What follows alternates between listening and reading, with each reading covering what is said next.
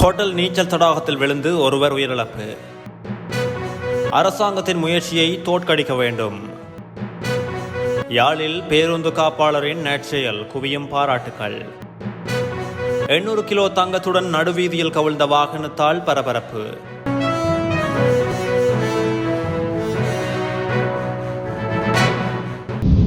ரம்புக்கண்ண police பிரிவில் கடிகமுவ பிரதேசத்தில் லபுகொல்லவத்த பகுதியில் அமைந்துள்ள ஹோட்டல் ஊழியர் அங்கு உள்ள நீச்சல் தடாகத்தில் விழுந்து உயிரிழந்துள்ளார். ரம்புக்கண்ணை போலீசாருக்கு கிடைத்த தகவல் ஒன்றின் அடிப்படையில் விசாரணைகள் ஆரம்பிக்கப்பட்டுள்ளதாகவும் போலீசார் தெரிவித்தனர். உயிரிழந்தவர் பன்வில பகுதியைச் சேர்ந்த 37 வயதுடையவர் என தெரிவிக்கப்படுகிறது.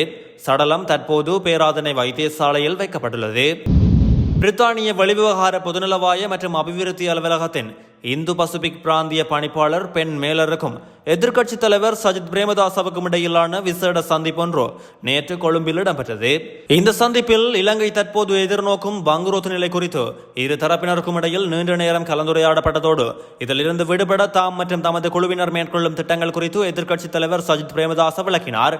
அதேபோன்று தற்போதைய அரசாங்கத்தின் படுமோசமான ஆட்சியை முடிவுக்கு கொண்டு வந்து மக்கள் சார் ஆட்சியை எதிர்பார்க்கும் மக்களின் ஜனநாயக உரிமைகளை இல்லாதொழித்து தேர்தலை ஒத்திவைக்கும் அரசாங்கத்தின் முயற்சியை தோற்கடிக்க வேண்டும் எனவும் மக்கள் எதிர்பார்க்கும் ஆட்சியை உருவாக்குவதே தனது குழுவினதும் நோக்கமாகும் எனவும் எதிர்க்கட்சித் தலைவர் சஜித் பிரேமதாச பிரித்தானிய வெளிவிவகார பொதுநலவாய மற்றும் அபிவிருத்தி அலுவலகத்தின் இந்து பசிபிக் பிராந்திய பணிப்பாளர் பென் மேலர் உள்ளிட்ட தூதுக்குழுவிடம் சுட்டிக்காட்டியுள்ளார்.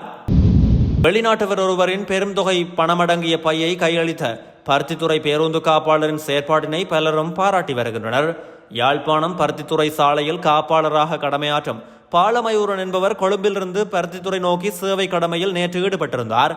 குறித்த பேருந்தில் வெளிநாட்டவர் ஒருவரினால் தவறவிடப்பட்ட கடவுச்சீட்டு 1,20,840 ரூபாய் பணம் மற்றும் 300 ஜூரோ பணத்தினை அவரிடம் ஒப்படைத்துள்ளனர். அண்மை நாட்களில் வெளிநாட்டு சுற்றுலா பயணிகளுக்கு அதிக விலையில் உணவுகள் விற்பனை செய்யப்பட்டமை தொடர்பில் செய்திகள் வெளியாகி நாட்டுக்கு அபகீர்த்தி ஏற்படுத்தப்பட்டிருந்தது. இந்த நிலையில் பேருந்து காப்பாளரின் குறித்த செயல் பலராலும் பாராட்டப்பட்டுள்ளது. தமிழகத்தில் 800 கிலோ தங்கத்துடன் சென்ற வாகனம் வீதியில் திடீரென கவிழ்ந்து விபத்துக்குள்ளானது பரபரப்பை ஏற்படுத்தியுள்ளது. கோவை மாவட்டத்திலிருந்து சேலம் நோக்கி சென்ற வேனே இவ்வாறு விபத்துக்குள்ளாகியுள்ளது. வளைவொன்றில் குறித்த வேன் திரும்பிய போது திடீரென சாரதியின் கட்டுப்பாட்டை இழந்து கவிழ்ந்தது.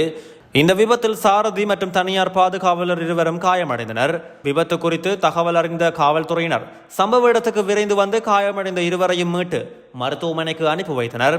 அவர்கள் இருவரிடமும் நடத்தப்பட்ட விசாரணையில் வேனில் இந்திய மதிப்பில் 666 கோடி ரூபாய் மதிப்பிலான 800 கிலோ தங்க நகைகள் இருப்பது தெரிய வந்தது.